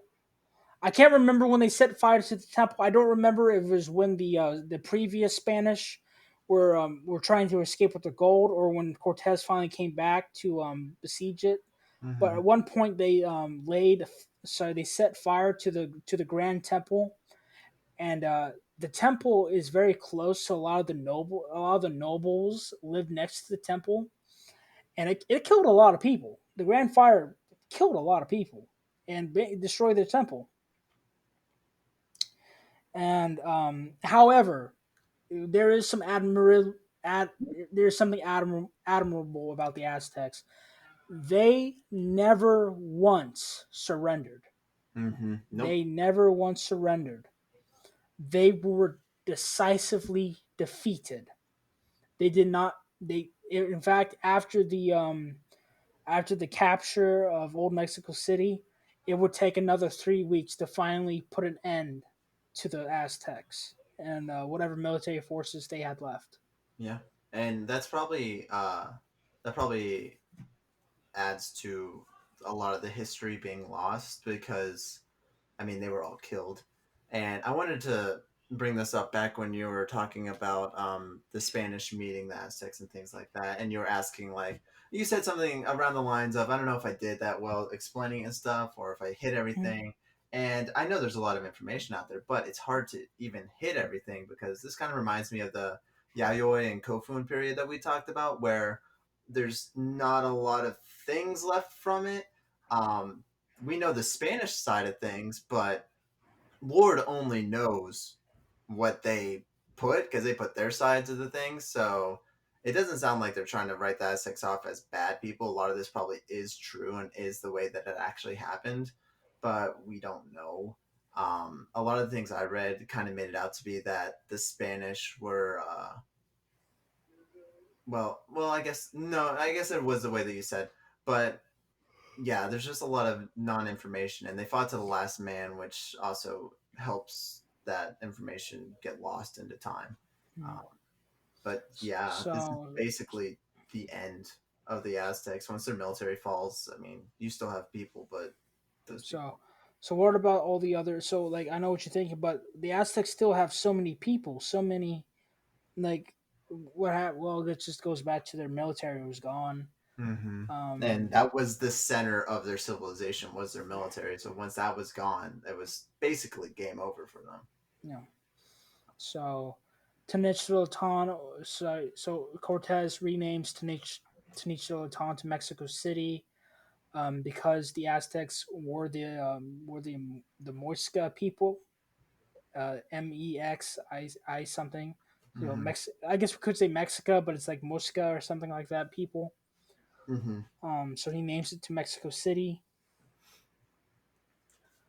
Yep. Um, And was we should mention that we kept talking about that plague. It killed like 40% of the population. oh Like yeah, we're not talking about COVID types where we're fretting over 0.05. I mean, don't get me wrong, COVID is killing a lot of people and we should take it serious. But this was actual like end of the world, mm-hmm. everybody's dying type stuff. Hmm. So not to put that plague lightly, like it was a massive impact, Oh yeah, which no, I a lot like. of the plagues brought over by the English were to the natives here. Oh yeah. Yeah. So. So, what happens to the end? Well, the Spanish conquer and they Christianize the Mesoameric people. One thing that is bad about this is that they get rid of the education system that the Aztecs had and basically replace it with Bible school, to say the Mm-hmm. less. The Bibble. Uh, Biblical yeah. school. Um, Yeah, I mean that's basically the end. That, that is the end of the Aztecs. yeah, I Yeah. think this is our first civilization that is gone that we've talked about. I mean, one Yeah. could argue that Mesopotamia, but Mesopotamia was never really a civilization. It was more of a area full of city states and things like that. But China, Germany, and Japan are still here. So yeah, this is the definitive end of the Aztec people, the start and the end, a very short-lived, but very impactful and powerful civilization throughout history. Is there anything else you guys want to add before we go through the rigmarole at the end?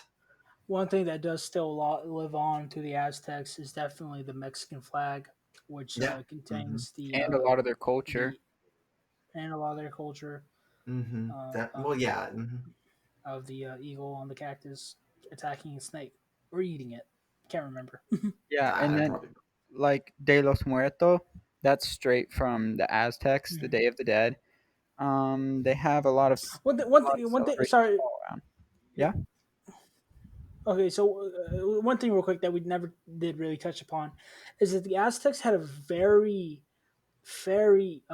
in depth and very defined philosophical view of death and how death was just a part of human life and how natural it was Mm-hmm. and how I can't define it myself, but I remember just how much how much of their philosophy and how many of their philosophers their main teachings was the study and the definition of death basically.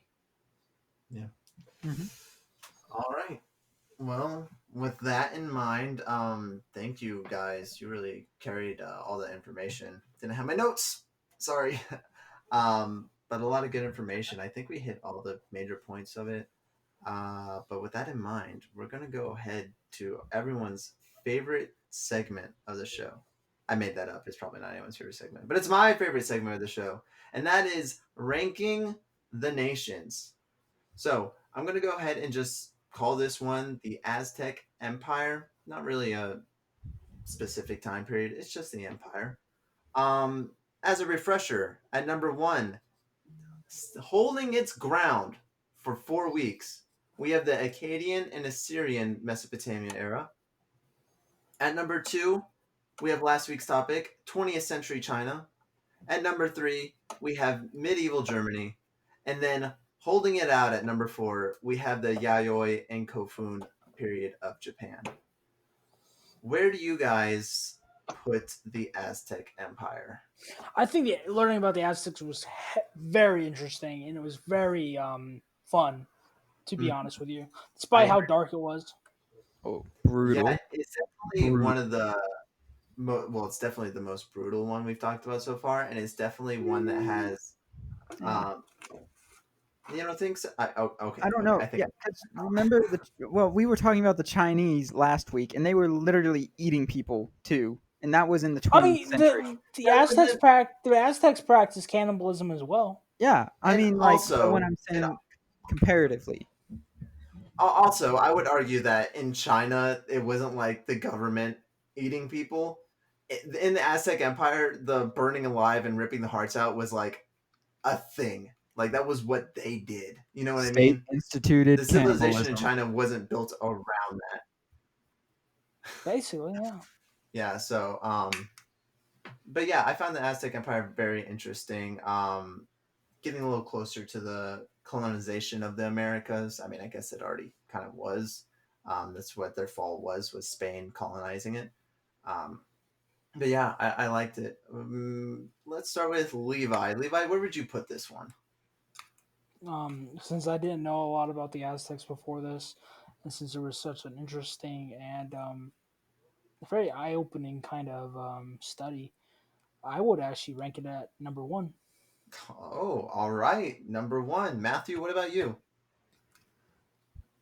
I really enjoyed learning about the Aztecs too. I liked learning about basically the destruction of an empire in the Americas. I liked learning about their culture and their history. But with that, I rank things on basis of importance and their still influence on the modern world. And Ah, Mesopotamia is still top dog with that. China is undeniably like in second place right now when it comes to a world power and world player. So them, I would say they are a solid third place. If China wasn't there, they'd be second place, but they are solid third place because they have a big impact on the North American world and Central America world, in the development of Central and North America is this time period leading up to when the Spanish came and destroyed the Aztec Empire. Mm-hmm. All right. So, Well, tre, I'm in a pickle here tre. because, as you all know, I wanted China to be number one. Good job. I thought it was more interesting than the Mesopotamian Empire, or whatever you call it, the Mesopotamian era that we talked about. But it's not. We voted, and it's at number 2. So I would rank the Aztec Empire above Mesopotamia, but I would rank it below China, which throws this into a kind of a pickle for me.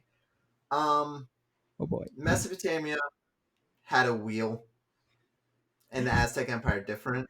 And for that reason, I think I would have to put it at number 2. And averaging out, Levi at first, Matthew at third, me at 2. That would put the Aztec Empire at number 2. And obviously, there's some more reasoning, but I like my that they didn't have a wheel. I will allow it. So with that in mind, you'll allow that, I will allow it without protest. Levi. Are you like? Are you playing with tech decks? Sorry. I was playing with a. No, I was playing with a pencil.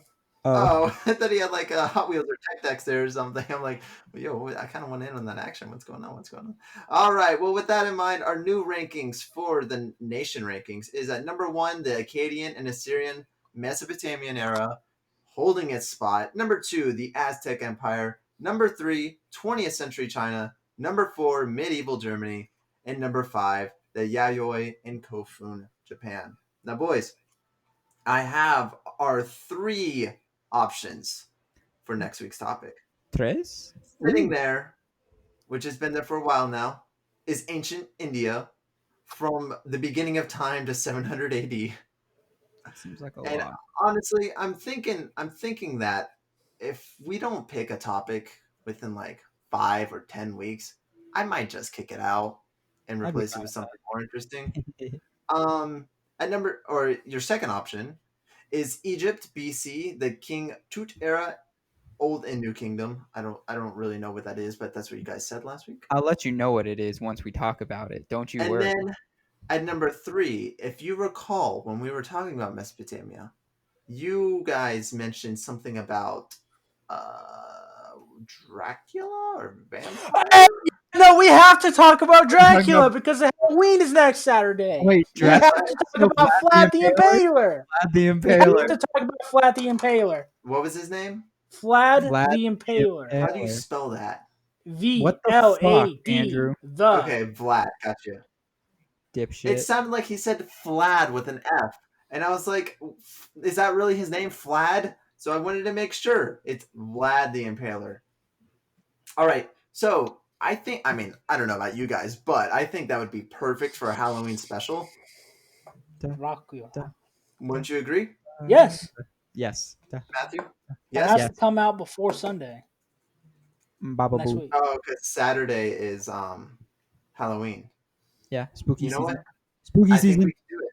I can do that. We'll make the exception. This podcast uploads every Sunday, except for next week. It'll upload on Saturday for Halloween, for the Halloween special. And if you're going to tell already, next week's topic will be over Vlad the Impaler. We will not only talk about him, but also the civilization he lived in and time around it. But we'll try to focus more on him. With that in mind, is there anything else you guys have to say? Anything that you want to promote? Any merch or links or anything that you want? Fuck! Get the fuck out of here! We don't have merch. We ain't rich. Yo, what if we get a Doom to Repeat merch? What do you think about No, no, We don't have a big of enough base yet. that? dude. We'll have Matthew like stomping on China with tears in his eyes. Yes, I'm actually fine with that. I'd love a shirt of me with "Better Dead Than Red" just stomping on China, Yeah, or so like on Mao Zedong.